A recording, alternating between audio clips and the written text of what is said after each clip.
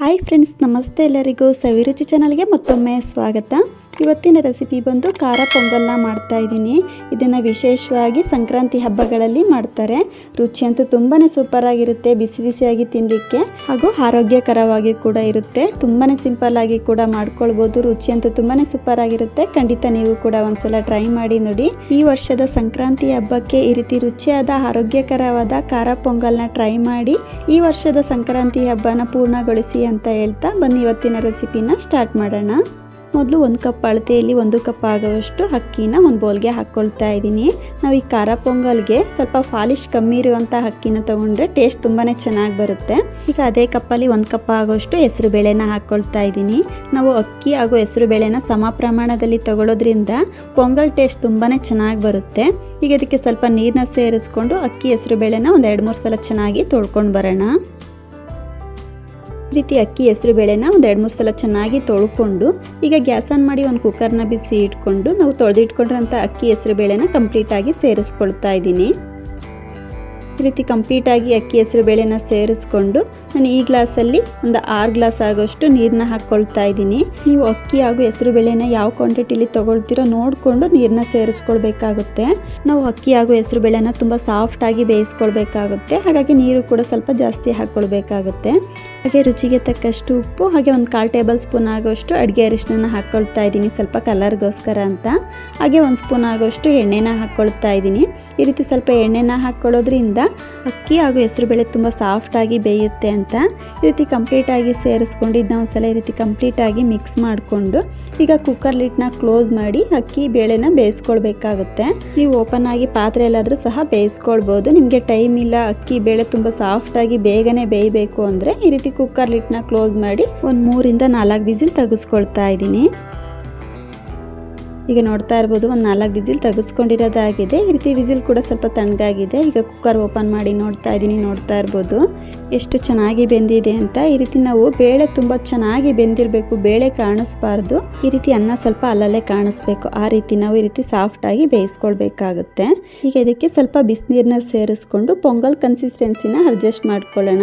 ನಿಮಗೆ ಪೊಂಗಲ್ ತೆಳುವಾಗಿ ಬೇಕೋ ಗಟ್ಟಿಯಾಗಿ ಬೇಕೋ ನೋಡಿ ನೀರನ್ನ ಸೇರಿಸ್ಕೊಳ್ಬೋದು. ಈ ರೀತಿ ಕಂಪ್ಲೀಟಾಗಿ ನೀರನ್ನ ಸೇರಿಸ್ಕೊಂಡು ಇದನ್ನ ಸಲ ಚೆನ್ನಾಗಿ ಮಿಕ್ಸ್ ಮಾಡ್ಕೊಳ್ಳೋಣ. ನೋಡ್ತಾ ಇರ್ಬೋದು, ಈ ರೀತಿ ಕಂಪ್ಲೀಟಾಗಿ ಮಿಕ್ಸ್ ಮಾಡ್ಕೊಂಡಿರೋದಾಗಿದೆ. ಇದು ಸ್ವಲ್ಪ ಬಿಸಿ ತಣ್ಣಗಾಗ್ತಾ ಇನ್ನೂ ಸ್ವಲ್ಪ ಗಟ್ಟಿ ಆಗುತ್ತೆ. ಹಾಗಾಗಿ ಈ ರೀತಿ ನಾವು ಸ್ವಲ್ಪ ತೆಳುವಾಗೆ ಪೊಂಗಲ್ನ ರೆಡಿ ಮಾಡ್ಕೊಳ್ಬೇಕಾಗುತ್ತೆ. ಇದನ್ನ ಸೈಡಲ್ಲಿ ಎತ್ತಿಟ್ಕೊಳ್ಳೋಣ. ಈಗ ಸ್ವಲ್ಪ ಒಗ್ಗರಣೆನ ಮಾಡ್ಕೊಳ್ಳೋಣ. ಗ್ಯಾಸ್ ಆನ್ ಮಾಡಿ ಒಂದು ಕಡಾಯಿನ ಬಿಸಿ ಇಟ್ಕೊಂಡು ಇದಕ್ಕೆ ಒಂದು 2-3 ಸ್ಪೂನ್ ಆಗೋಷ್ಟು ಎಣ್ಣೆನ ಹಾಕ್ಕೊಳ್ತಾ ಇದ್ದೀನಿ. ಹಾಗೆ 1 ಸ್ಪೂನ್ ಆಗೋಷ್ಟು ತುಪ್ಪನ ಹಾಕ್ಕೊಳ್ತಾ ಇದ್ದೀನಿ. ಈ ರೀತಿ ಎಣ್ಣೆ ಸ್ವಲ್ಪ ಬಿಸಿ ಆದ ನಂತರ ಸ್ವಲ್ಪ ಸಾಸಿವೆ ಕಾಳನ್ನ ಹಾಕ್ಕೊಳ್ತಾ ಇದ್ದೀನಿ. ಹಾಗೆ 1 ಸ್ಪೂನ್ ಆಗೋಷ್ಟು ಕಾಳು ಮೆಣಸನ್ನ ಹಾಕ್ಕೊಳ್ತಾ ಇದ್ದೀನಿ. ಹಾಗೆ ಒಂದು 1/2 ಸ್ಪೂನ್ ಆಗೋಷ್ಟು ಜೀರಿಗೆನ ಹಾಕ್ಕೊಳ್ತಾ ಇದ್ದೀನಿ. ಹಾಗೆ ಒಂದು 1/2 ಸ್ಪೂನ್ ಆಗೋಷ್ಟು ಸೋಂಪನ್ನ ಹಾಕ್ಕೊಳ್ತಾ ಇದ್ದೀನಿ. ನಿಮಗೆ ಸೋಂಪು ಕಂಪ್ಲೀಟ್ಲಿ ಆಪ್ಷನಲ್, ಇಷ್ಟ ಇದ್ದರೆ ಹಾಕ್ಕೊಳ್ಬೋದು. ಹಾಕ್ಕೊಂಡ್ರೆ ಪೊಂಗಲ್ ಟೇಸ್ಟ್ ಅಂತೂ ತುಂಬಾ ಚೆನ್ನಾಗಿ ಬರುತ್ತೆ. ಹಾಗೆ ಇದಕ್ಕೆ ಒಂದು 4 ಹಸಿಮೆಣ್ಸಿನ್ಕಾಯಿನ ಮಧ್ಯಕ್ಕೆ ಈ ರೀತಿ ಕಟ್ ಮಾಡಿ ಸೇರಿಸ್ಕೊಂಡು ಮೆಣಸಿನ್ಕಾಯಿನ ಎಣ್ಣೆಲೆ ಸ್ವಲ್ಪ ಫ್ರೈ ಮಾಡ್ಕೊಳ್ಳೋಣ. ಈ ರೀತಿ ಮೆಣಸಿನ್ಕಾಯಿ ಸ್ವಲ್ಪ ಫ್ರೈ ಮಾಡ್ಕೊಂಡಿದ್ದಾದಮೇಲೆ ಇದಕ್ಕೆ ಸ್ವಲ್ಪ ತೆಂಗಿನಕಾಯಿನ ಈ ರೀತಿ ಕಟ್ ಮಾಡಿ ಹಾಕ್ಕೊಳ್ತಾ ಇದ್ದೀನಿ. ಹಾಗೆ ಒಂದು 10 ಪೀಸ್ ಆಗೋಷ್ಟು ಗೋಡಂಬಿನ ಹಾಕ್ಕೊಳ್ತಾ ಇದ್ದೀನಿ. ಈ ರೀತಿ ನಾವು ಸ್ವಲ್ಪ ತೆಂಗಿನಕಾಯಿನ ಹಾಕ್ಕೊಳ್ಳೋದ್ರಿಂದ ಪೊಂಗಲ್ ತಿನ್ನುವಾಗ ಅಲ್ಲಲ್ಲೇ ಬಾಯಿಗೆ ಸಿಗ್ತಾ ಇದ್ರೆ ರುಚಿ ಅಂತೂ ತುಂಬಾ ಸೂಪರ್ ಆಗಿರುತ್ತೆ ಅಂತ ಸೇರಿಸ್ಕೊಂಡು ತೆಂಗಿನಕಾಯಿ ಹಾಗೂ ಗೋಡಂಬಿನ ಲೋ ಫ್ಲೇಮಲ್ಲಿ ಎಣ್ಣೆಲೆ ಚೆನ್ನಾಗಿ ಫ್ರೈ ಮಾಡ್ಕೊಳ್ಳೋಣ. ಈ ರೀತಿ ಒಂದು ಅರ್ಧ ಭಾಗ ಫ್ರೈ ಮಾಡ್ಕೊಂಡ ನಂತರ ಇದಕ್ಕೆ ಸ್ವಲ್ಪ ಕರ್ಬೇವಿನ ಸೊಪ್ಪನ್ನ ಹಾಕ್ಕೊಳ್ತಾ ಇದ್ದೀನಿ. ಸೇರಿಸ್ಕೊಂಡು ಕರ್ಬೇವಿನ ಸೊಪ್ಪನ್ನ ಎಣ್ಣೆಲೆ ಚೆನ್ನಾಗಿ ಫ್ರೈ ಮಾಡ್ಕೊಳ್ಳೋಣ. ಗೋಡಂಬಿ ಹಾಗೂ ತೆಂಗಿನಕಾಯಿ ಕಲರ್ ಕಂಪ್ಲೀಟಾಗಿ ಚೇಂಜ್ ಆಗಬೇಕು. ಅಲ್ಲಿವರೆಗೂ ನಾವು ಈ ರೀತಿ ಲೋ ಫ್ಲೇಮಲ್ಲಿ ಚೆನ್ನಾಗಿ ಫ್ರೈ ಮಾಡ್ಕೊಳ್ಬೇಕಾಗುತ್ತೆ. ನೋಡ್ತಾ ಇರ್ಬೋದು, ಈ ರೀತಿ ಲೋ ಫ್ಲೇಮಲ್ಲೇ ಹದವಾಗಿ ಫ್ರೈ ಮಾಡ್ಕೊಂಡಿರೋದಾಗಿದೆ. ಈ ರೀತಿ ತೆಂಗಿನಕಾಯಿ ಗೋಡಂಬಿ ಕಲರ್ ಕೂಡ ಚೇಂಜ್ ಆಗಿದೆ. ಈಗ ಇದಕ್ಕೆ ನಾವು ಆವಾಗಲೇ ಬೇಯಿಸಿ ಇಟ್ಕೊಂಡಿರೋಂಥ ಹೆಸರು ಬೇಳೆ ಹಾಗೂ ಅಕ್ಕಿ ಮಿಶ್ರಣನ ಸೇರಿಸ್ಕೊಳ್ತಾ ಇದ್ದೀನಿ.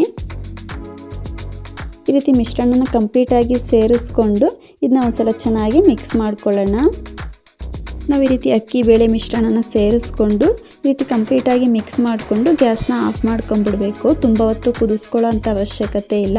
ಈ ರೀತಿ ಕಂಪ್ಲೀಟಾಗಿ ಮಿಕ್ಸ್ ಮಾಡಿಕೊಂಡ್ರೆ ಸಾಕಾಗುತ್ತೆ. ನಿಮಗೆ ಈ ಟೈಮಲ್ಲಿ ಉಪ್ಪು ಸಾಲ್ಟೇಜ್ ಅನಿಸಿದ್ರೆ ನೋಡಿ ಸೇರಿಸ್ಕೊಳ್ಬೋದು. ನಾವು ಅಕ್ಕಿ ಬೇಯಿಸ್ಕೊಳ್ಬೇಕಾದ್ರೆ ಸ್ವಲ್ಪ ಉಪ್ಪನ್ನ ಹಾಕ್ಕೊಂಡಿರ್ತೀವಿ ಅಲ್ವಾ.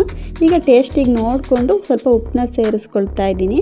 ಹಾಗೆ ಕೊನೆಯದಾಗಿ ಸಣ್ಣದಾಗಿ ಕಟ್ ಮಾಡಿರೋಂಥ ಸ್ವಲ್ಪ ಕೊತ್ತಂಬರಿ ಸೊಪ್ಪನ್ನ ಸೇರಿಸಿ ಮಿಕ್ಸ್ ಮಾಡ್ಕೊತು ಅಂದರೆ ತುಂಬಾ ರುಚಿಯಾದ ಹಾಗೂ ಆರೋಗ್ಯಕರವಾದ ಖಾರ ಪೊಂಗಲ್ ರೆಡಿನೇ ಆಗೋಗ್ಬಿಡುತ್ತೆ.